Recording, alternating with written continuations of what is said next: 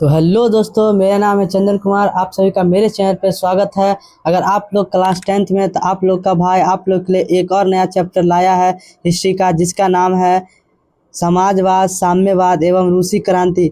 आप लोग अगर क्लास 10th 2027 का एग्ज़ाम देने वाले हैं बोर्ड में, तो आप लोगों के लिए यह चैप्टर बहुत ही महत्वपूर्ण हो जाता है। इस चैप्टर से लगभग 5 से 7 क्वेश्चन ऑब्जेक्टिव पूछ लिया जाता है। 5 से 7 नंबर का ऑब्जेक्टिव और 2 से 3 सब्जेक्टिव पूछ लिया जाता है। अगर आप लोग क्लास 10th की तैयारी बहुत अच्छा से करने चाहते हैं, तो मेरे चैनल पे लगातार जुड़े रहिए। अगर पहली बार मेरे चैनल पे आए हैं, तो मेरे चैनल को सब्सक्राइब कर लीजिएगा।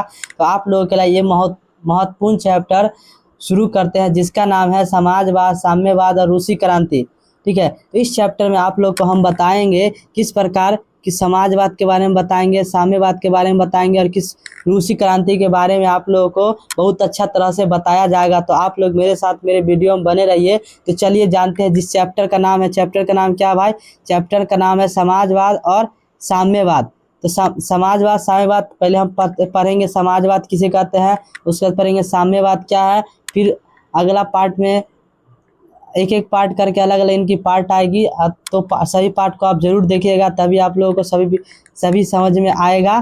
तो चलिए समय ना गवाते हुए आगे चलते हैं हम लोग का टॉपिक में। आप लोग पहली बात समझिए, चैप्टर का नाम ही है समाजवाद, समाजवाद और साम्यवाद। तो चलिए इसका परिचय में थोड़ा पढ़ते हैं। इसका क्या है परिचय समाजवाद? तो समाजवाद में क्या है? समाजवाद क्या है? समाजवाद बोला एक ऐसी आर्थिक और सामाजिक विचारधारा है। क्या है? यह एक प्रकार के विचारधारा है। क्या है? यह एक प्रकार का क्या है? विचारधारा। समाजवाद क्या है? एक विचारधारा है।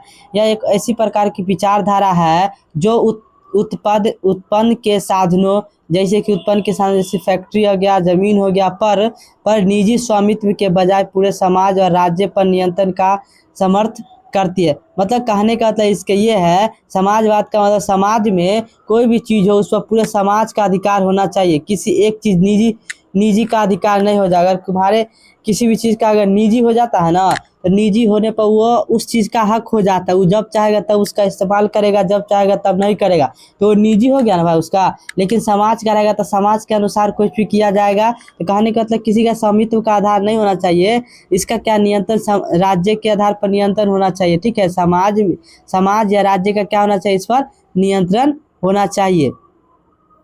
तो कहने में चलिए एक बार पढ़ते हैं। मतलब एक ऐसी आर्थिक और सामाजिक विचारधारा। ठीक है, एक ऐसी आर्थिक या सामाजिक विचारधारा जो उत्पादन के साधनों, जितना भी उत्पादन के साधनों है, जैसे कि जमीन में हो गया, फैक्ट्री हो गया, पर निजी स्वामित्व नहीं होना चाहिए। उसके बजाय उस पर किसका कंट्रोल होना चाहिए? राज्य का होना चाहिए या समाज का क्या होना चाहिए? कंट्रोल उस पर होना चाहिए। तो ये हो गया समाजवाद। अब चलते हैं साम्यवाद क्या है। तो साम्यवाद में बोल रहा है, इसी का एक अपडेटेड रूप है साम्यवाद। यह बोल रहा है कि यह साम्यवाद का एक ही विकसित रूप है। बोल रहा है यह समाजवाद का क्या है? एक विकसित रूप है जो वर्गहीन समाज, मतलब कि केयरलेस, मतलब क्लासलेस सोसाइटी की स्थापना पर जोर देता है। क्लासलेस मतलब कहने का मतलब सीधे सीधी कि वर्गहीन समाज, समाज में किसी वर्ग के बीच किसी प्रकार का भेदभाव नहीं होना चाहिए। कहने का मतलब कोई ऊंच नीच, कोई उद्योगपति, कोई मतलब कहने का मतलब कोई सामंत लोग, कोई भी पूंजीपति, इसमें कौन क्या होना चाहिए? हम लोग में क्या होना चाहिए? भेदभाव नहीं होना चाहिए।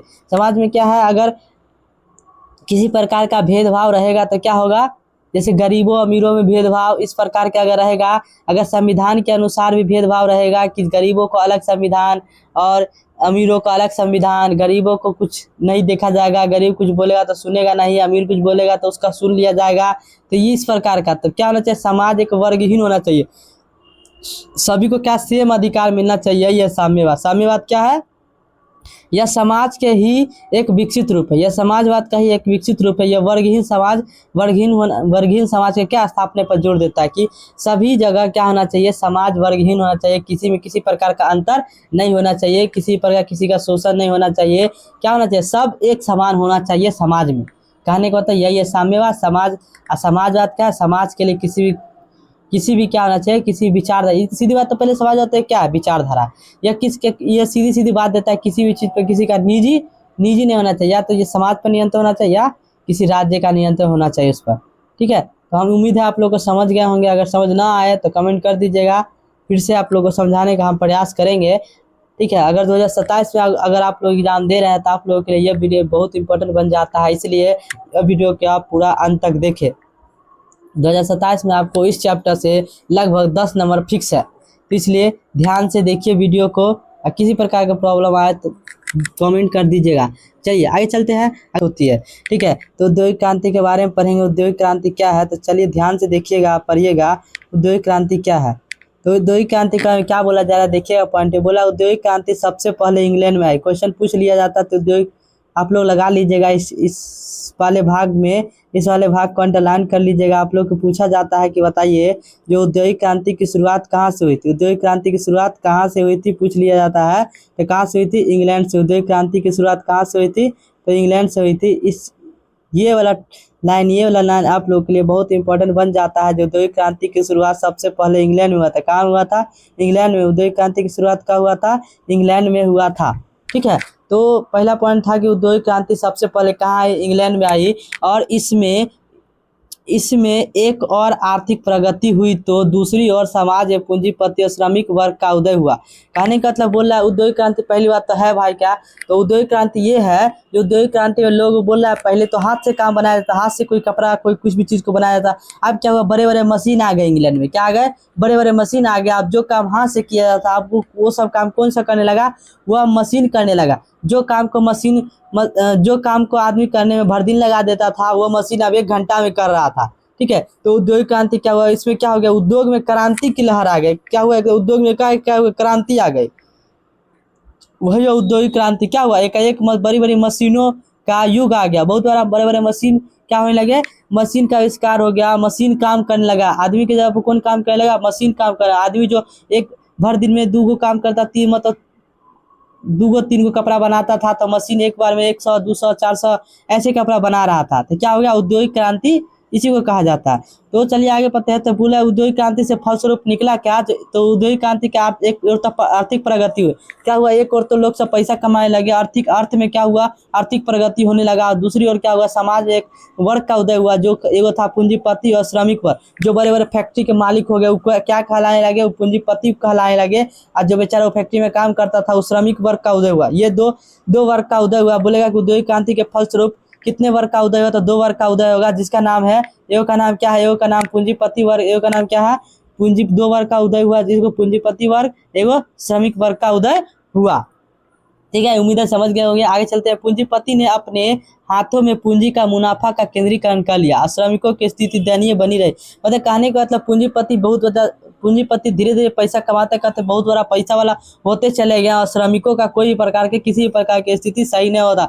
वो उसको सिर्फ काम ही कराया जाता था और किसी प्रकार का उसको मदद नहीं किया जाता था। बहुत कम पैसा भी दिया जाता था और इसकी स्थिति क्या दिन पर दिन क्या हो गई, खराब होने लगी। खराब कैसे हो गई, क्योंकि पूंजीपति लोग सब क्या करता था, श्रमिक लोग को इन लोग का किसी पूंजी इसके लोग के मतलब सरकार का किसी प्रकार का रोके नहीं था। जो चाहता था ये लोग अपना फैक्ट्री मालिक अपना मन मर्जी से क्या करता था, काम करवाता था। मजदूर सबको अपना मन मर्जी से ये लोग क्या करता था, मजदूर लोग को काम कराता था। 5 घंटा के बजाय 8-8 घंटा, 10-10 घंटा, 12-12 घंटा, 15-15 घंटा ये लोग क्या करता था, पूंजीपति लोग का होता। इसलिए पूंजीपति तो दिन पर दिन पूंजीपति बनते गया। श्रमिक लोग की स्थिति दिन पर दिन क्या होने लगी, बदतर, मतलब बहुत ज्यादा खराब होने लगी। ठीक है, तो दो स्थिति का क्या होने लगा, बोलेगा औद्योगिक क्रांति के फलस्वरूप कितना वर्ग का उदय हुआ, 2 वर्ग का। एगो था पूंजीपति वर्ग, एगो था पूंजीपति वर्ग, एगो था श्रमिक वर्ग। और श्रमिक लोग सब कौन था, श्रमिक लोग वही सब था जो पहले हाथ से काम करता था, हाथ से कोई चीज बनाया जाता था, जो अब क्या करने लगा, मशीन बनाने लगा। अब मशीन बनाने लगा तो इसका सामान महंगा बिकता था। आई जो था फैक्ट्री से बना हुआ सामान को थोड़ा सस्ता बिकता था, तो लोग सब वही खरीदना पसंद करते थे। इन लोग का सामान खरीदना पसंद नहीं करते। इन लोग का कारोबार धीरे धीरे क्या हो गया, कारोबार इन लोग को बहुत धीरे धीरे खत्म हो गया। अब क्या हो लगा, ये लोग विवश होकर अपने परिवार को पेट पालने के लिए क्या करने लगे, ये लोग श्रमिक बन गए। क्या बन गए, श्रमिक बन गए। श्रमिक जो किसान थे जो सही से खेती नहीं कर पाते थे, वो लोग भी क्या करे, यहाँ जाके काम करने लगे, ये लोग श्रमिक बन गए। अब पूंजीपति लोग ने इन लोग का जमकर शोषण किया। क्या किया, जमकर शोषण किया। पूरा मुनाफा जितना होता है ये लोगों ने अपने हाथों में केंद्रित कर लिया। श्रमिकों की स्थिति दिन प्रतिदिन बदतर करते गए। कैसे, जितना मुनाफा होता था ये लोग खुदे रख लेता था, ये लोग को बहुत कम पैसा देता था और काम भी बहुत ज्यादा कराया जाता था ये लोग से। तो उम्मीद है समझ गए होंगे। यहाँ पे चलते हैं आगे। चलते हैं इस प्रकार की उद्योग क्रांति ने दो प्रकार की आर्थिक व्यवस्था और सामाजिक वर्गों में उत्पन्न कर दिया। जैसे कि कारखानेदारी प्रथा को विकास से पूंजीपति और श्रमिक वर्ग का उदय हुआ, जो ऊपर बता दिए।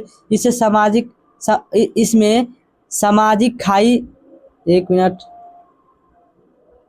इसमें समाज, इससे समाज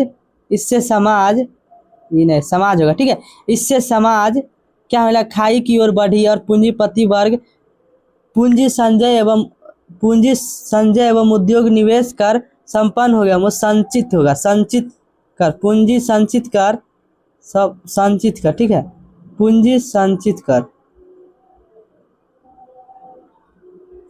पूंजित यहाँ पे संचित कर लीजिएगा, संचित। पूंजीपति वर्ग पूंजी संचित कर उद्योग में निवेश कर संपन्न होता गया और श्रमिक वर्ग की स्थिति गिरता गया। कम मजदूरी, काम के घंटे अधिक और संगठनात्मक कमी के साथ शोषण होना शुरू हो गया इन लोग का। मतलब सीधी सी बात कहे तो यहाँ पे हम समझा देते हैं, आप लोग समझिएगा। कहने का तो इसमें ये बोला गया है, इसमें ये बोला गया सीधी जो क्या होने लगा, अब पूंजीपति लोग क्या करने लगा, अपनी मुनाफा को संचित करने लगा। क्या करने लगा, संचित करने लगा और बड़े बड़े उद्योग में वो लोग निवेश करने लगा, ठीक है। और निवेश करने लगा तो निवेश के कारण लोग क्या होने लगे, दिन पर दिन पूंजीपति वर्ग बहुत ज्यादा पैसा वाले हो गए और श्रमिक वर्ग की स्थिति और दिन पर दिन और गिरते गए। उन लोग को इतना ज्यादा मुनाफा होने के बाद भी पूंजीपति लोग इसको बहुत ज्यादा कम पैसा देता था और काम के अधिक घंटे बहुत ज्यादा काम करवाता था। उन लोग को मजदूरों में किसी प्रकार का संगठन बनाने का क्या था, परमिशन नहीं था उन लोग का, इसलिए शोषण होता, उन लोग का संगठन ही नहीं था, उन लोग एक साथ ही नहीं था, एकजुट ही नहीं था श्रमिक लोग, जिसका उसका शोषण ना हो पाए तो उन लोग का खूब शोषण होता था। क्या होता था, उन लोग का बहुत ज्यादा शोषण होता, उन लोग के किसी प्रकार का संगठन नहीं था, किसी प्रकार का उन लोग को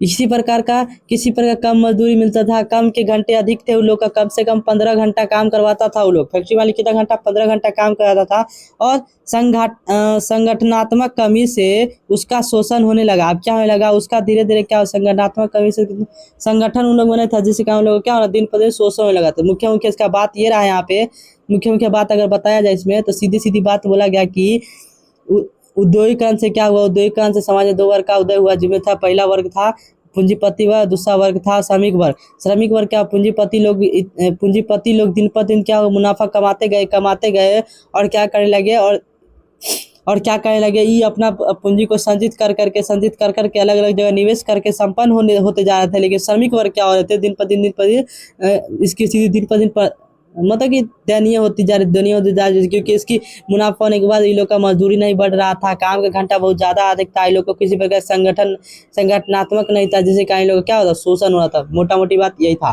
ठीक है। चलते हैं आगे। आप लोग को अगर अच्छा समझ आ रहा है तो मेरे चैनल पर पहली बार तो सब्सक्राइब कर लीजिएगा मेरे चैनल को और लाइक कर दीजिएगा मेरे चैनल को। चलिए आगे चलते हैं। अगला पॉइंट क्या बोल रहा है, इसी सब की स्थिति देखते हुए, इन्हीं सब की स्थिति, मजदूरों की ऐसी स्थिति देखते किए नए समाज में कुछ चिंतक लोग उभरे, जो इन लोग की स्थिति बहुत खराब है। इन लोग को बहुत ज्यादा फैक्ट्री मालिकों के द्वारा, पूंजीपति लोगों के द्वारा क्या किया जाता है, शोषण किया जाता है, जिसके कारण समाज में क्या हुआ, नए चिंतक लोग उभरे इन लोग की सहायता करने के लिए, इन लोग की परेशानियों को दूर करने के लिए क्या हुए, बहुत बड़े लोग सब आए, इसके सामने आए और इन लोग का मदद करने का प्रयास किए। जैसे कि बोल सकते हैं, क्या बोल रहा है, कुछ नए चिंतक इस व्यवस्था में परिवर्तन लाना चाहते थे। कुछ ऐसे चिंतक थे, ये जो व्यवस्था था जिसमें इस लोग का बहुत ज्यादा शोषण किया था, श्रमिकों को बहुत ज्यादा शोषण किया जाता था, अधिक से अधिक काम कराया जाता था, कम से कम वेतन दिया जाता था। तो इस समय क्या करना था, कुछ लोग ऐसे थे जो क्या चाहते थे, जो इन लोग का क्या हो, स्थिति थोड़ा सा सुधरे, क्या हो, इन लोग का स्थिति थोड़ा सा सुधरे। आगे चलते हैं। उसका मानना था किसका, इन लोग के चिंतकों लोग का मानना था कि नागरिक और कानून समानता से भी अधिक महत्वपूर्ण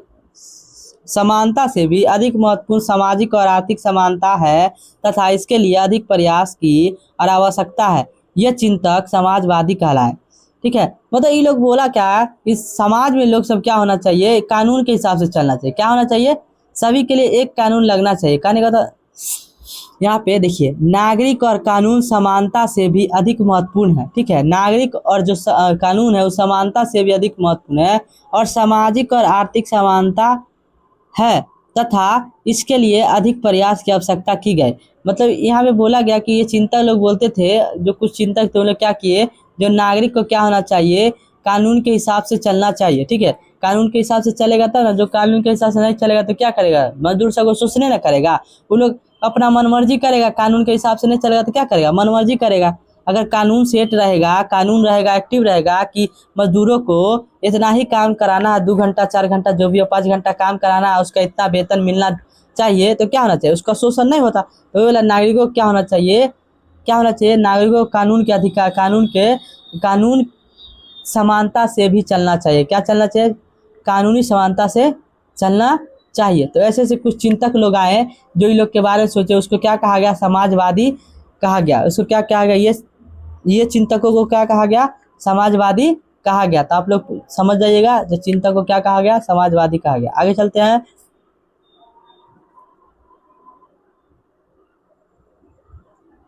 आगे देखिए क्या बोल रहा है, आगे क्या बोल रहा है देख लीजिएगा। आगे देखिए, आगे बोला है समाजवादी आंदोलन और विचारधारा। ये जो समाजवादी था ना, समाजवादी आंदोलन और विचारधारा मुख्य 2 भागों में विभक्त की जा सकती है। मतलब बोला कुछ ऐसे चिंतक आए जो इन लोग को कुछ ऐसे चिंतक आए जो इन लोग को क्या करना चाहते, इसके स्थिति को, मतलब इन लोग को, मतलब किसकी, किसान की स्थिति, मजदूरों की स्थिति इस सुधारने के लिए कुछ सोचे ये लोग, ठीक है। इन लोग की स्थिति में सुधार लाने के लिए कुछ सोचे, ठीक है। ये विचारधारा लोग सब, जिसमें बोला इसको 2 भागों में बांटा जा सकता है। कैसे, तो पहला नंबर है आरंभिक समाजवाद। बोला क्या, पहला नंबर क्या है, आरंभिक समाजवादी अथवा कार्ल मार्क्स के पहले का समाजवादी, ठीक है। बोला समाजवादी आंदोलन और विचारधारा का मुख्य 2 भागों में विभक्त किया जा सकता है। पहला किसको, पहला किसमें, आरंभिक समाजवादी, अथवा दूसरा किसको, कार्ल मार्क्स के पहले का समाजवादी। कार्ल मार्क्स के पहले के समाजवादी आरंभिक समाजवादी, आदर्शवादी या स्वप्नदर्शी समाजवादी कहा जाता है। मतलब इसका कहने का मतलब क्या, 2 भागों में बांटा गया। तो इसका कहने का मतलब क्या, पहले को आदर्श समाजवादी या स्वप्नदर्शी समाजवादी या कार्ल मार्क्स से पहले के समाजवादी क्यों कहा गया। तो पहले समझते इसको स्वप्नदर्शी समाजवादी क्यों कहा गया, आदर्श समाजवादी क्यों कहा गया। ये लोग बोलता था कि ये लोग जो था ना, ये लोग ये सब चिंतक जो था ना, ये लोग चाहता था कि क्या कर सके हम लोग, मतलब खून खराबा ना करके, हल्ला हंगामा ना करके, क्या करके एकदम आस्था से, कानूनी रूप से क्या करना चाहिए, इन लोग का स्थिति हम सुधारेंगे। लेखकों के माध्यम से, भाषण के माध्यम से, सरकार को बोल करके, मतलब शांतिपूर्वक, बलपूर्वक नहीं, किससे, शांतिपूर्वक हम क्या करेंगे, इन लोग का स्थिति क्या करेंगे, सुधारने का प्रयास करें। इसलिए इसको बोलता था, इसको आदर्शवादी है। ये लोग मारपीट नहीं करता, ये लोग सपना देखता है खाली। स्वप्नदर्शी मतलब कि ऐसी दुनिया जो सिर्फ सपना का ही हो, इसमें रियलिटी से कोई वास्तविकता नहीं है। स्वप्नदर्शी मतलब क्या, ऐसी दुनिया जिसमें वास्तविकता से किसी प्रकार का संबंध न हो। स्वप्नदर्शी मतलब बैठे बैठे सोचे हम, हाँ ये हम सोच रहे हैं, क्या सोच रहे हैं, हम सोच रहे हैं हम क्या करेंगे, पूरा दुनिया को बदल देंगे, पूरा दुनिया में हम ये कर देंगे, हम वो कर देंगे, हम ऐसे करेंगे, हम अपने पढ़ाई में ऐसे ई नंबर, इतने नंबर लाएंगे, 400 नंबर लाएंगे, 450 नंबर लाएंगे, ऐसे करके सोचेंगे। लेकिन सोचने से थोड़ी ना कुछ होता है, उसके लिए हमको नंबर लाना है तो उसके लिए तो पढ़ना पड़ेगा ना, पढ़ेगा तब तो नंबर आएगा। तो उसी प्रकार ये लोग भी था, ये लोग क्या चाहता था, ये लोग भी ऐसा ही था। ये लोग सिर्फ सोचता था हम ये करेंगे वो करेंगे, तो ये करेंगे वो करेंगे, कोई सुनता है, करने के लिए तो सामने करेगा तब तो काम होगा। तो ये लोग ऐसा ही आदमी था, सिर्फ सोचते ही रहता था, लेकिन ये लोग से कभी कुछ हुआ नहीं, जिससे कारण इसको स्वप्नदर्शी बोलते हैं, सपना देखने वाला आदर्शवादी व्यक्ति। इसको कुछ डांट देगा तो भाग जाएगा, डांट देगा तो कोई भाग जाएगा। आदर्शवादी मतलब आदर्श वाला बात, ठीक है, आदर्श वाला बात बोलता था हमेशा, कोई मतलब ऐसा बात नहीं, भड़काऊ वाला बात उतना ही, ऐसी बात। तो ये आदर्शवादी, ये स्वप्नदर्शी व्यक्ति सब कहलाए। क्या कहलाए, स्वप्नदर्शी कहलाए। कहने का तो स्वप्नदर्शी कहलाए ऐसे को। तो वही बोला जाता है कि इसको समाजवादी आंदोलन को, विचारधारा को कितने भागों में बांटा गया, 2 भागों में विभक्त किया जा सकता है। पहला आरंभिक, इसको बोलते हैं आरंभिक समाजवादी, अथवा इसको बोलते हैं कार्ल मार्क्स से पहले का समाजवादी भी, या बोलते हैं कार्ल मार्क्स के बाद नहीं होगा, कार्ल मार्क्स के पहले का समाजवादी और कार्ल मार्क्स के बाद का समाजवादी, आरंभिक समाजवादी। ई काट दीजिए, गलती है, गलत लिखा गया। ये कार्ल मार्क्स से बात थोड़ी ना होगा, कार्ल मार्क्स से पहले होगा यहाँ पर, ठीक है। कार्ल मार्क्स, हाँ वो लिखल हुआ ऊपर लिखल है, ये पॉइंट गलती है यहाँ पे, ये वाला ये गलत है। हाँ, तो इसको बोल सकते हैं आरंभिक समाजवादी अथवा कार्ल मार्क्स से पहले का समाजवादी बोल सकते हैं। आरंभिक समाजवादी को स्वप्नदर्शी या आदर्शवादी समाजवादी भी कहे जाते हैं या कहे गए हैं, सीधी बात। अगर बोलेगा बताओ कि स्वप्नदर्शी समाजवादी और आदर्शवादी समाजवादी के बारे में पूछेगा तो आप लोग बता दीजिएगा। इस लोग ऐसा था, सिर्फ सपना ही सोचता रहता था, वास्तविकता से इसका कोई संबंध ही नहीं था, रियली में जाके काम ही नहीं करता था, सिर्फ सपना देखते रहता था। लेखक का तो लिख देता था, हो गया, कुछ संघर्ष टाइप का कुछ नहीं। लेकिन इसी प्रकार के वे उच्च और अव्यवहारिक आदर्श पर प्रभावित होकर वर्ग संघर्ष की नहीं बल्कि वर्ग समन्वय की बात करते थे। ये प्रारंभिक समाजवादी थे ना, ये बोलते थे संघर्ष करने से कुछ नहीं होगा, वर्ग संघर्ष क्या है, कुछ नहीं, इनके बदले हम क्या करें, वर्ग समान करेंगे, सभी सब क्या होंगे, एक समान की बात करते थे। इसको कोई वर्ग को संघर्ष करने की कोई जरूरत नहीं है, ठीक है। हम लोग आराम से बैठ करके बातचीत करके क्या करेंगे, हम स्थिति को सुधारेंगे, सभी को एक समान अधिकार दिलाएंगे। ये सब बात बोलता था कौन, प्रारंभिक समाजवादी व्यक्ति। कौन बोलता था, प्रारंभिक समाजवादी व्यक्ति बोलता था कि हम क्या करेंगे, वर्ग को क्या करेंगे, समान करेंगे, सभी वर्ग को एक समान हो। इस संघर्ष का बात नहीं करता था, जो हम क्या करेंगे, किसी से अपना हक छीनेंगे, ऐसा इस प्रकार का कोई बात नहीं। संघर्ष किसी प्रकार का मारपीट नहीं करेंगे, किसी प्रकार का कुछ नहीं करेंगे। हम क्या करें, आराम से बैठ करके सभी से बात करेंगे और अपनी समस्याओं को सुनाएंगे। और तब क्या करेंगे, अपना समय बदलेंगे, अपनी क्या हालत को सुधारेंगे। इस प्रकार के ये लोग बात बोलते हैं। लेकिन बोल जाता है दूसरे प्रकार के समाजवादी, जैसे दूसरे प्रकार कौन, जैसे दूसरे प्रकार में आ गया कार्ल मार्क्स के बाद का समाजवादी, ठीक है, कार्ल मार्क्स का बाद का समाजवाद, ठीक है। दूसरे प्रकार दो भागों में बांटा गया, तो पहला हो गया, ये दूसरा यहाँ पे लिखा है, नहीं लिखा है, दूसरा लिख दीजिए, क्या दिक्कत है, आगे है क्या दूसरा, एक मिनट,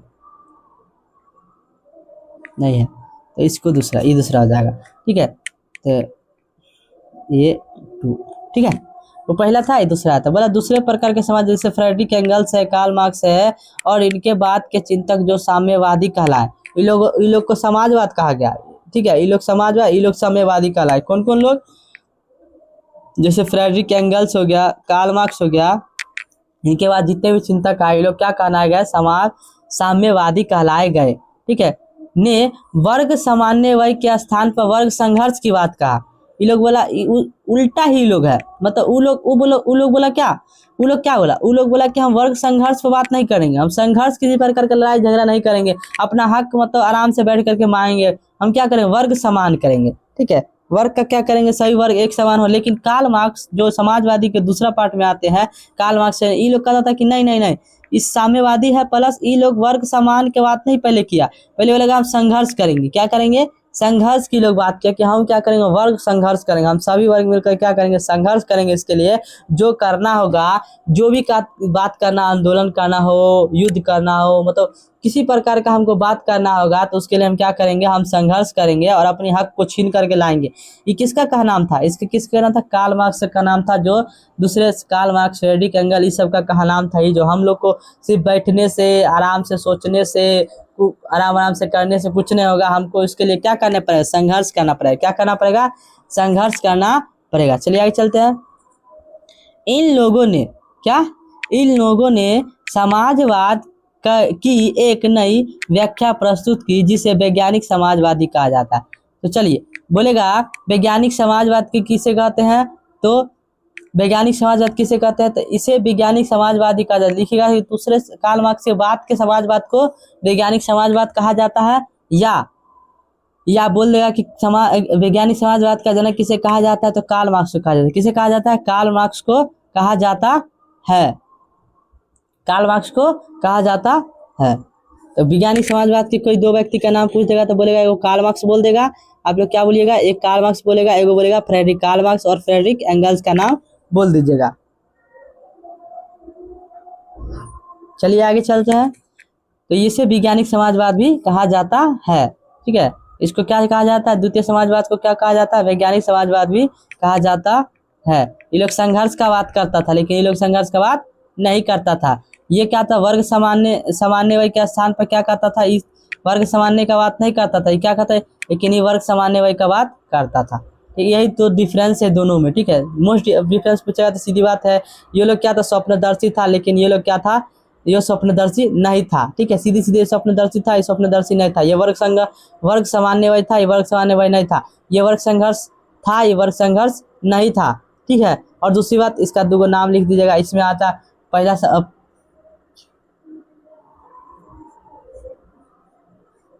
अब प्रथम समाज, ये बात नहीं लिखिएगा। ठीक है, कार्ल मार्क्स के बाद का समाजवादी तो दूसरा वाला है बात। ठीक है, इसे कार्ल मार्क्स के बाद का समाजवाद ये वाला, ये वाला। इसमें क्या लिखा रहे थे, एक मिनट।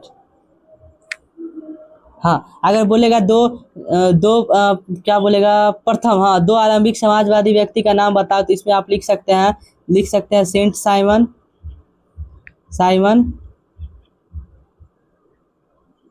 सेंट साइमन, और क्या लिख सकते हैं, लुई भला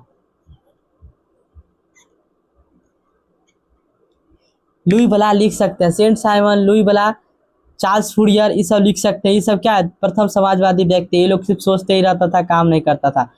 तो ठीक है, चलिए आगे चलते हैं। आगे चलिए, अगला बात क्या है, अगला बात देखिए। चलिए अब हम पढ़ेंगे साम्यवाद के बारे में। किसके बारे में पढ़ेंगे, साम्यवाद के बारे में पढ़ेंगे। हम तो शुरू कर दिए ना। वो समाजवाद, सब वो लोग व्यक्ति को क्या कहा जाता था, समाजवादी व्यक्ति कहा जाता था, जो लोग सिर्फ सपना ही सोचता था। ये पीछे आ जाइए। ये सब व्यक्ति सेंट साइमन हो गया, चार्ल्स फूरियर हो गया, लुई बला हो गया, ये सब कौन था, तो प्रारंभिक समाजवादी व्यक्ति था। कौन था, प्रारंभिक समाजवादी व्यक्ति था। ठीक है, ये स्वप्नदर्शी आदर्शवादी समाज व्यक्ति था। ये लोग खाली सोचते रहता। ये लोग है समाजवादी व्यक्ति। कौन सा व्यक्ति है, समाजवादी व्यक्ति। ये लोग है साम्यवादी व्यक्ति। जस्ट ना बोले, ये लोग क्या है, इन्हें लोगों को समाजवाद की एक नई परीक्षा, जिसे वैज्ञानिक समाजवाद कहा जाता है। ये देखिए यहाँ पे साम्यवादी कहलाए गए ना, है ना। दूसरे प्रकार के फ्रेडी के ये लोग क्या कहलाएंगे, साम्यवादी कहलाएंगे कि नहीं, ये समझ आते। समाजवादी तो पढ़ लिए, अब हम साम्यवादी के बारे में पढ़ेंगे। ये लोग किया क्या, फाइनली मजदूरों की स्थिति के बारे में, मजदूरों के अलग अलग बात के बारे में लोग क्या सुधार किया, क्या क्या रचनाएं की, क्या क्या आंदोलन किया, जिससे कारण क्या हुआ, मजदूरों की स्थिति ठीक है। चलिए साम्यवाद का बोला, कार्ल मार्क्स साम्यवादी विचारधारा को आगे बढ़ाने में अहम भूमिका रही। ठीक है, कार्ल मार्क्स क्या है, साम्यवादी विचारधारा को आगे बढ़ाने में क्या हो, अहम भूमिका रही। बोल रहा है कार्ल मार्क्स 1818 से 1883 की एक महत्वपूर्ण भूमिका है। बोल रहा है कार्ल मार्क्स का जन्म कहाँ हुआ, जर्मनी के राइन राज्य के राइन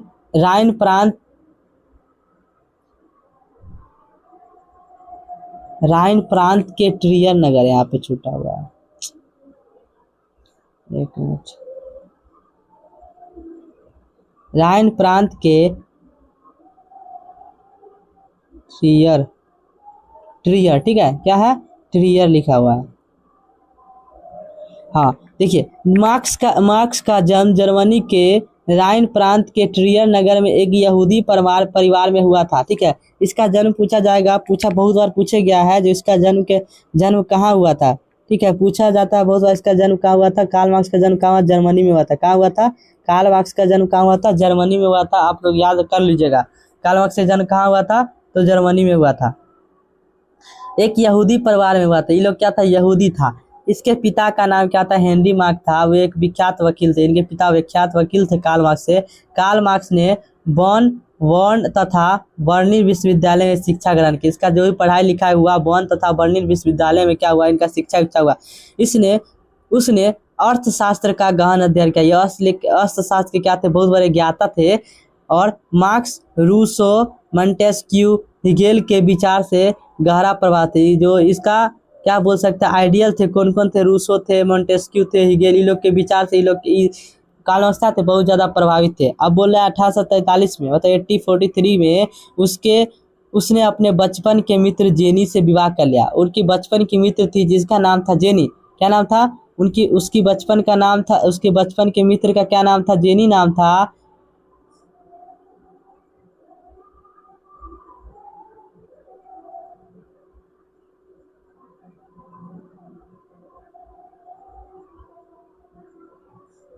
क्या नाम था, उनके बचपन के मित्र जिसका नाम था जेनी, उससे इनका क्या हुआ था, विवाह हुआ था। क्या हुआ था, उनका विवाह हुआ था। देखिए यहाँ पे जर्मनी, एक मिनट, ये देखिए यहाँ पे जर्मनी में हुआ था। ठीक है, ये याद कर लीजिएगा, बहुत बार पूछे हुआ है क्वेश्चन। ठीक है, तो याद कर लीजिएगा। मार्क्स का जन्म जर्मनी में हुआ था। उनके देखिए उसके बाद बोला जा रहा है कार्ल मार्क्स को बॉन बर्लिन विश्वविद्यालय में उसकी पढ़ाई लिखाई हुई। ठीक है, और उसके बाद बोला गया उनके 1843 से उसकी शादी के बारे में पूछा जाए तब क्या 1843 ईस्वी में क्या हुआ था, उसके अपने बचपन की मित्र जेनी से विवाह हुआ था। किससे हुआ था? जेनी से क्या हुआ था? विवाह हुआ था। बचपन की मित्र किससे? जेनी से विवाह हुआ था। अब विवाह के बाद वह कहाँ चला गया? पेरिस चला गया। कहाँ चल गया? एक साल बाद ही 1844 से वो अपनी पत्नी को छोड़ करके कहाँ चल गया? पेरिस चला गया। कहाँ चल गया? पेरिस। पेरिस में जाए तो उसका भेंट फ्रेडरिक एंगल्स से हुई। किससे हुई? फ्रेडरिक एंगल्स से हुई। एंगल्स के विचारों से प्रभावित होकर मार्क्स भी श्रमिकों की स्थिति का चिंतन करने लगे। अब क्या होने लगा? कार्ल मार्क्स के बारे में आप जो भी जाने, वो किसको जर्मनी के उसमें उसका जन्म कहाँ हुआ? जर्मनी हुआ था। उसका परिवार एक यहूदी परिवार था। उनकी पढ़ाई लिखाई बॉन बर्लिन विश्वविद्यालय में हुई थी। वो अर्थशास्त्र के बहुत बड़े ज्ञाता थे। अर्थशास्त्र के क्या थे? बहुत बड़े ज्ञाता थे। और वो रूस के मोंटेस्क्यू हिगेल के विचारधारा से बहुत ज़्यादा क्या थे? प्रभावित थे। उनका जो शादी हुआ था ना 1843, उसके बचपन की मित्र जेनी से हुआ था। ठीक है, अब क्या करने लगे? उनके शादी के बाद पहले से ही सोचे थे कि हम क्या करेंगे। पहले से उनका सपना था कि हम मजदूरों की स्थिति में क्या करेंगे? सुधार लाएंगे। मजदूरों की स्थिति में क्या लाएंगे? मजदूरों की स्थिति में क्या हम लाएंगे? सुधार लाएंगे। इसलिए वो सोचते सोचते क्या किया, फाइनली जब उनकी शादी हो गई 1843 ईस्वी में, तो अपनी पत्नी को छोड़ करके एक साल बाद 1844 ईस्वी में वह पेरिस निकल गया। कहाँ निकला? पेरिस निकल गया। 1844 से उसने क्या किया? भेंट किया। किससे? फ्रेडरिक एंगल्स से। पेरिस जाकर किससे भेंट किया? फ्रेडरिक एंगल्स से। और फ्रेडरिक एंगल्स के विचारों से यह क्या हुआ? बहुत ज़्यादा प्रभावित हुए। क्या हुए? फ्रेडरिक एंगल्स के विचारों से क्या हुए? बहुत ज़्यादा कार्ल मार्क्स क्या हुए? प्रभावित हुए। और उनके साथ मिलकर श्रमिकों की स्थिति पर दोनों मिलकर क्या करने? चिंतन करने। ये दोनों सोचने लगे कि कैसे हम श्रमिकों की स्थिति में सुधार ला सकते हैं। क्या कर सकते हैं? कैसे हम श्रमिकों की स्थिति में सुधार ला सकते हैं। मार्क्स और एंगल्स ने दोनों मिलकर के क्या किया? 1848 ईस्वी में। कब? बहुत ही इंपॉर्टेंट हो गया, बहुत ही इंपॉर्टेंट। आप लोग ध्यान से याद ही कर लीजिएगा। 1848 से कम्युनिस्ट मैनिफेस्टो इसी का नाम है, समाजवादी घोषणा पत्र का प्रकाशित किया। पूछ लिया जाता बहुत बार एग्जाम में, जो 1848 ईस्वी में कार्ल मार्क्स एंगल्स से मिलकर किस पुस्तक प्रकाशन किया था? तो बोल सकता है समाजवादी घोषणा पत्र या कम्युनिस्ट मैनिफेस्टो। नाम एक ही है दोनों का। हिंदी नाम, इंग्लिश नाम कम्युनिस्ट मैनिफेस्टो, हिंदी नाम समाजवादी घोषणा पत्र का प्रकाशन किया। अब बोला इसे आधुनिक समाजवाद का जनक भी कहा जाता है। तो ऑब्जेक्टिव में पूछा जाता है कभी कभी, बताइए आधुनिक समाजवाद का जनक किसे कहा जाता है? क्या बोलेगा? समाजवादी घोषणा पत्र को या कम्युनिस्ट मैनिफेस्टो को कहा जाता है समाजवाद का, आधुनिक समाजवाद का जनक। आधुनिक समाजवाद का जनक कहा जाता है। उसने कहा श्रमिकों का अपनी बेरियों के अलावा, किसने कहा? कार्ल मार्क्स ने कहा। कार्ल मार्क्स ने कहा कि उसके अपनी बेरियों के अलावा कुछ नहीं खोना है। मतलब बोला तुम लोग कार्ल मार्क्स बोला कि किसको बोला? किसानों को बोला कि तुम लोगों को है ना, तुम्हारी बेरियों के अलावा कुछ नहीं तुम लोग को खोना है। तुम्हारे पास कुछ है ही ना है, तुम्हारे पास क्या है? तुम लोग क्या खोएगा? तुमको डर क्या चीज का है खोने का? तुम्हारे पास कुछ है ही ना, तुम्हारे पास सिर्फ यही एक है, तुम लोग को ये बेरी खोलना, ये लोग के साथ संघर्ष करना, अपने हक को मांगना है। ठीक है, अगर तुम ये प्राप्त कर लिया ना, ये बेरी को तुम तोड़ दिया ना, तो तुम लोग विजय प्राप्त करनी, तुम लोग क्या क्या विश्व पर विजय प्राप्त करेगा। ठीक है, तुम लोग क्या करेगा? विश्व पर तुम्हारा नाम होगा, विश्व में तुम्हारा विजय पर आएगा, विश्व में तुम्हारा परचम लहराया जाएगा। तो ये उत्साहित दिए किसको? श्रमिक लोग को बताएं और बोले, कार्ल मार्क्स ने बोला कि तुम्हारे अपने बेरियों, तुमको है ना बेरियों के अलावा कुछ नहीं खोना है। तो ये लोग बात उन्हें कहे। अच्छा, दुनिया के श्रमिकों एक हो, बोला उसी बात बोला। उसके बाद उसी बात बोला, दुनिया के सब श्रमिक क्या हो? एक हो। सब अलग अलग ना रहो, जो हमको से क्या मतलब है, हमको से क्या मतलब, ऐसे इस सब बात पे नहीं रहो। सब एक हुओ। क्या हो? सब एक हुओ, सब एकजुट मिलकर काम करो। कुछ भी करो तो सब एकजुट मिलकर करो। एकजुटता में ही क्या होती है? बल होती है। एकजुटता में क्या होता है? बल होता है। तो ये सब बात कहे कार्ल मार्क्स। क्या बोले कार्ल मार्क्स? किसको? किसानों को, मजदूरों को, इस सब को अपने स्थिति पर बोले। ये सब बोले तुम लोग अपने स्थिति खुद सुधार सकते हो। हम लोग क्या कर सकते हैं? हम बताओ। हम लोग थोड़ा मोड़ा संघर्ष कर सकते हैं, हम तुम्हारा साथ ही दे सकते हैं। ठीक है, हम तुम्हारे लिए लड़ेंगे, चलो ठीक है लड़ भी लेंगे, लेकिन स्थिति तुमको तो खुद सुधारना पड़ेगा अपना ना। हम आज लड़ लिए, फिर चल जाएंगे, फिर हम रहे ना रहे, उसके बाद तुम लोग को क्या, फिर तुम लोग वैसे ही बन जाएगा? नहीं, तुम लोग को खुद से ये काम करना पड़ेगा। ऐसा किसने बोला? कार्ल मार्क्स ने बोला। चलिए आगे चलते हैं। मार्क्स ने अपनी विख्यात पुस्तक दास कैपिटल, बहुत ही इंपॉर्टेंट पॉइंट आप लोग लिख लीजिएगा, आप लोग के लिए बहुत ही इंपॉर्टेंट पॉइंट है ये वाला। ठीक है, ये वाला दास कैपिटल, ये वाला, ठीक है, ये दास कैपिटल बहुत बार पूछे गया है, तो आप लोग याद कर लीजिएगा। दास कैपिटल, कार्ल मार्क्स ने अपनी विख्यात पुस्तक दास कैपिटल का प्रकाशन कब किया था? 1867 में किया था। 1867 में क्या किया था? इनका प्रकाशन किया था। इसे समाजवादी का बाइबल भी कहा जाता है। क्या कहा जाता है? इसे समाजवादियों का बाइबल भी कहा जाता है। ऑब्जेक्टिव में पूछे हुए हैं बहुत बार। दास कैपिटल का प्रकाशन किसने किया? तो क्या बोलिएगा? कार्ल मार्क्स ने किया। कब किया था? 67 में किया। क्या कब किया था? 67 में किया। इसे समाजवादियों का बाइबल किसे कहा जाता था? दास कैपिटल को कहा जाता है। तो ये सब पूछे हुए हैं ऑब्जेक्टिव में, तो इसलिए आप लोग बहुत ज़्यादा अच्छा से ध्यान दीजिएगा। आगे चलते हैं, तो मुख्य मुख्य बात समझा देते हैं फिर से। मुख्य इनका बात क्या रहा? मुख्य बात ये रहा कि साम्यवाद के बारे में पढ़े हम। साम्यवाद के बारे में हम क्या क्या पढ़े? जो कार्ल मार्क्स क्या थे? एक समाजवादी साम्यवादी व्यक्ति थे, ठीक है, सीधी सी बात। वो ये साम्यवादी विचारधारा फैलाने में बहुत ज़्यादा कारगर रहे। इनका जन्म 1818 ईस्वी में क्या हुआ था? जर्मनी में हुआ था। जर्मनी के राइन प्रांत के ट्रियर नगर में इसका यहूदी परिवार जन्म हुआ था, ठीक है। इनके पिता क्या थे? एक इनके पिता का नाम हेनरी मार्क थे। इसके पिता क्या थे? एक विशाल वकील, मतलब विशाल नहीं बोलते, विख्यात वकील थे, ठीक है। उनकी पढ़ाई लिखाई कहाँ हुई थी? तो बर्न बर्लिन विश्वविद्यालय में हुई थी, ठीक है। वो अर्थशास्त्र के बहुत अच्छा ज्ञाता थे वो, तथा उसके बाद रूस तथा मेंटिस्को हिगेल के बहुत बड़े विचार के क्या थे? समर्थक थे। उसके बाद बताए 1848 में उसने क्या किया? 1848 से क्या किया? 1848 में ये लिख लीजिएगा। 1848 से अपने बचपन के मित्र जेनी से शादी किया। उसके बाद विवाह के बाद ही पेरिस चले गए। कब किया? 1844 ईस्वी में चल गए। कब? 1844 ईस्वी में। कहाँ चल गए वो? पेरिस चल गया। पेरिस में उनकी भेंट के फ्रेडरिक एंगल्स से हुई, ठीक है। एंगल्स के विचार से बहुत ज़्यादा प्रभावित हुए। इन दोनों ने मिलकर के एक पुस्तक लिखा जिसका नाम था कम्युनिस्ट मैनिफेस्टो। कब लिखा? 1848 ईस्वी में लिखा। कब लिखा? 1848 ईस्वी में लिखा। इसका नाम था कम्युनिस्ट मैनिफेस्टो। इसे समाजवादी घोषणा पत्र प्रकाशन किया। इसे आधुनिक समाजवाद का जनक भी कहा जाता। पूछा जाता है ऑब्जेक्टिव, आधुनिक समाजवाद का जनक किसे कहा जाता है? क्या? कम्युनिस्ट मैनिफेस्टो को। आगे चलते हैं, आगे क्या था? उसके बाद इसने फिर एक पुस्तक लिखा जिसका नाम था दास कैपिटल। 1867 इस समाजवादी को बाइबल कहा जाता है। मुख्य बात यही था। तो आप लोगों को मेरी बात समझ में आ रहा है तो सपोर्ट कर दीजिएगा, ठीक है। चैनल को सब्सक्राइब कर लीजिएगा, ठीक है। आगे चलते हैं, आगे क्या है? आगे देखिए,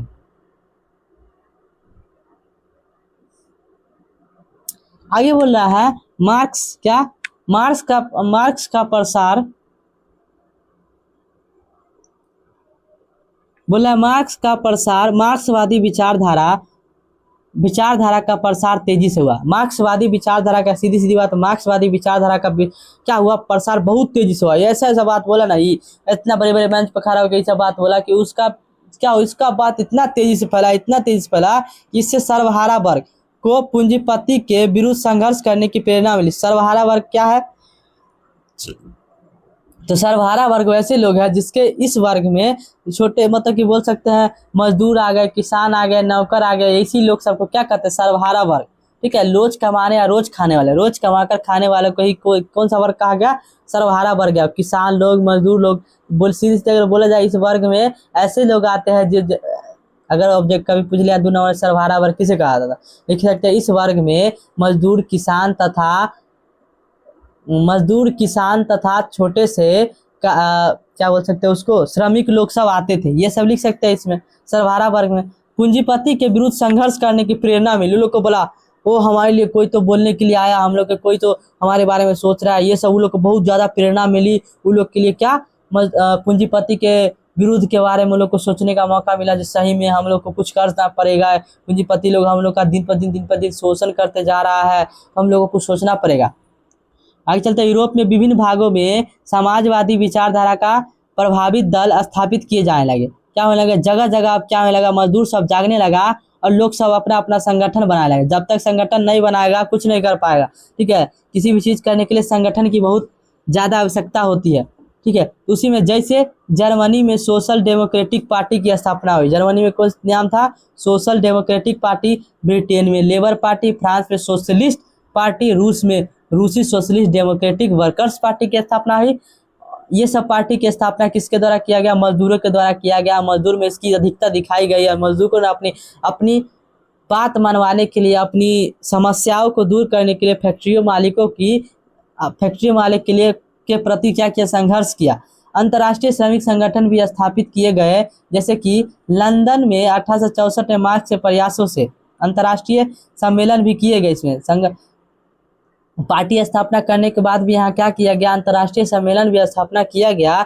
जैसे प्रथम सम्मेलन कब हुआ, अंतर्राष्ट्रीय संगठन को स्थापना किया गया लंदन में पहली बार। कब? लंदन में 1864 में। कब? 1864 में मार्क्स के प्रयासों से प्रथम इंटरनेशनल सम्मेलन हुआ। क्या हुआ, कहाँ हुआ? लंदन में हुआ। लंदन में क्या हुआ, सभी लोग बैठे 1864 ईस्वी में मार्क्स के प्रयासों से प्रथम इंटरनेशनल मतलब प्रथम अंतर्राष्ट्रीय संघ कराया गया। ठीक है, इसमें मार्क्स ने श्रमिकों को संबोधित किया। श्रमिकों को संबोधित कहते हुए कहा कि अपने प्रयासों द्वारा ही अपनी स्थिति को परिवर्तन ला सकते हैं। प्रथम अंतर्राष्ट्रीय सम्मेलन जब हुआ था लंदन में 1864 ईस्वी में, कब हुआ था? पूछा जाता है बहुत बार। जो बताइए प्रथम अंतर्राष्ट्रीय सम्मेलन कब हुआ था, ऑब्जेक्टिव में पूछा हुआ है, इसलिए ध्यान रखिएगा। जो प्रथम अंतर्राष्ट्रीय सम्मेलन किसके द्वारा कराया गया था, तो कार्ल मार्क्स के द्वारा कराया गया था। किसके द्वारा कराया गया था, तो कार्ल मार्क्स के द्वारा कराया गया था। प्रथम अंतर्राष्ट्रीय सम्मेलन किसके द्वारा कराया गया, कार्ल मार्क्स के द्वारा कराया गया। कब कराया गया? 1864 ईस्वी में। इसमें मजदूरों को संबोधित करके क्या कहा, क्या इसने कहा कि तुम लोगों को अपनी बेरियों के अलावा, तुम लोग अपनी स्थिति खुद ही सुधार सकते हो। क्या बोल सकते हो? अपने प्रयासों से ही तुम अपनी स्थिति को परिवर्तन ला सकते हो। उसमें बोला तुम लोग खुद प्रयास करेगा तभी तुम लोगों को बदलाव आएगा। हम लोग क्या कर सकते, तुम लोग को प्रोत्साहन दे सकते हैं, तुम लोग की सहायता कर सकते हैं, लेकिन हम थोड़ी ना सब कुछ कर सकते हैं। लेकिन तुम लोग अगर खुद चाहोगे ना तो तुम अपनी स्थिति को तुम खुद सुधार सकते हो। ठीक है, तुम अपनी स्थिति को क्या कर सकते हो, तुम अपनी स्थिति को खुद सुधार सकते हो। इसलिए तुम लोग को खुद प्रयास करना चाहिए अपनी स्थिति को सुधारने के लिए। उन्होंने यह भी कहा कि अंतिम लक्ष्य पूंजीपति का विनाश होना चाहिए। अंतिम हम लोग का लक्ष्य क्या है, पूंजीपति लोग का विनाश करना। ये लोग हमको क्या कहता है, बहुत ज्यादा शोषण कर रहा है मेरा लोग का। क्या कर रहा है, ये लोग दिन पर दिन पूंजीपति लोग दिन पर दिन पैसा होता जाए, ये लोग का दिन दुगनी या रात चौगनी तरक्की होते जा रहा है। हम लोग को कुछ हो ही नहीं रहा, हम लोग और परेशान इससे। ये लोग इतना कमा रहा है फिर भी हम लोग से इतना काम करवाता है, इतना वेतन भी कम देता है, ये सब बात हुआ। तो बोला कि उनका अंतिम लक्ष्य क्या, पूंजीपति का विनाश होना ही चाहिए। ठीक है, सम्मेलन में यह नारा भी दिया गया। क्या नारा दिया गया, कि अधिकार के बिना कर्तव्य नहीं है, कर्तव्य के बिना अधिकार नहीं। जब तक हम लोग का अधिकार नहीं मिलेगा, हम लोग को जब तक अधिकार नहीं मिलेगा तब लोग अपना कर्तव्य नहीं निभाएंगे। सीधी कहने का मतलब कि तुम लोग जब तक हमारा स्थिति को सुधारेगा नहीं, काम के घंटा में सीट ठीक नहीं करेगा, वेतन नहीं बढ़ाएगा, हम लोग के पॉलिसी कुछ प्रकार के जो सुरक्षा पॉलिसी कुछ भी हो नहीं लाएगा, तो क्या करेगा, हम लोग अपना काम नहीं करेंगे, हम लोग कर्तव्य अपना नहीं निभाएंगे। कर्तव्य मतलब अपना काम नहीं करेंगे। जब तक तुम कर्तव्य फिर दे दोगे फिर हम लोग अपना काम करने लगेंगे। तो वही कहने का कर्तव्य के बिना मतलब अधिकार के बिना कर्तव्य नहीं, कर्तव्य के बिना अधिकार नहीं। इसमें नारा दिया गया था। कहाँ दिया गया था, प्रथम इंटरनेशनल सम्मेलन में। ये चैप्टर से आप लोग को ये इतना सवाल बनता है ना, आप लोग अगर ये चैप्टर अगर सही से पढ़ लेते हैं तो आप लोग का आराम से क्वेश्चन बन जाएगा। तो आप लोग का अच्छा लग रहा है तो आप लोग को वीडियो को सब्सक्राइब कर लीजिएगा, वीडियो को नहीं चैनल को सब्सक्राइब कर लीजिएगा। ठीक है, आगे चलते हैं। 1883 ईस्वी में मार्क्स की मृत्यु हो गई। अब क्या फाइनली मार्क्स अब क्या हो गए, बेचारे मर गए। ठीक है, इतना काम करने के बाद, इन लोग को समझाने के बाद, तुम लोग की स्थिति तुम लोग खुद सुधार सकता है, तुम लोग को पूंजीपति का विनाश करना ही पड़ेगा तभी तुम लोग की स्थिति सुधरेगा। तो फिर 1883 ईस्वी में क्या हो गया, उनकी मृत्यु हो गई। तो उनकी मृत्यु के बाद पेरिस में द्वितीय अंतर्राष्ट्रीय सम्मेलन फिर से कराया गया। पहला अंतर्राष्ट्रीय सम्मेलन लंदन में किया गया। कब किया, 1864 ईस्वी में। फिर 1889 ईस्वी में द्वितीय अंतर्राष्ट्रीय सम्मेलन कराया गया। कहा गया, पेरिस में कराया गया, जिसमें विभिन्न प्रकार के देशों के 400 प्रतिनिधि ने भाग लिया। कितने प्रतिनिधि ने, 400 प्रतिनिधियों ने क्या किया, भाग लिया।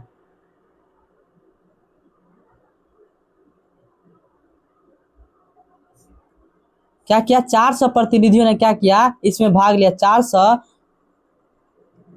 400 प्रतिनिधियों ने भाग लिया। और इस सम्मेलन में क्या कहा गया, मुख्य बात यह है, इस सम्मेलन में यह बात बताया गया कि 8 घंटा काम करा जाएगा। 8 घंटा से ज्यादा मजदूर लोग काम नहीं करेगा। ठीक है, और कार्य दिवस की मांग किया गया। कहने का मतलब कि एक मजदूर दिवस मनाया जाएगा। तो मई के दिन मजदूर वर्ग की एकता प्रतिकूल अंतर्राष्ट्रीय मजदूर दिवस मई दिवस को मनाई गई, मतलब 1 मई को। तो आप लोग का बहुत बार ऑब्जेक्टिव पूछेगा, जनवरी बताइए मजदूर दिवस कब मनाया जाता है, तो कब बोलिएगा, 1 मई को। इनकी शुरुआत कही 1 मई 1890 ईस्वी से शुरू हुआ। ठीक है, इनके मजदूर दिवस की शुरुआत करी तो 1 मई 1890 ईस्वी को क्या हुआ, इनकी शुरुआत हुआ। प्रत्येक साल 1 मई को क्या मनाया जाता है, मजदूर दिवस मनाया जाता है। तो आप लोग को उम्मीद है आप लोग इस वीडियो को अच्छा से समझ लिए होंगे। अगर ना समझ में आए तो वीडियो को एक बार फिर देखिएगा। अगर फिर भी ना समझ आए तो हम लोग कमेंट कर दीजिएगा, हम एक बार फिर से समझाने का इस वीडियो को प्रयास करेंगे। अगर आप लोग ऐसे ही अच्छे वीडियो चाहते हैं तो मेरे वीडियो को सब्सक्राइब कर लीजिएगा और मेरे चैनल को सब्सक्राइब कर लीजिएगा, ठीक है। अब वीडियो को लाइक कर दीजिएगा, अपने दोस्तों के पास शेयर कर दीजिएगा। अगर आप लोग का अगला वीडियो किस पर चाहिए इसके बारे में आप लोग हमको बता दीजिएगा, तो अब अगला वीडियो हम लाने का कोशिश करेंगे। तो आज के लिए बस इतना ही। Bye bye. थैंक यू मेरे वीडियो में लास्ट तक जुड़ने के लिए।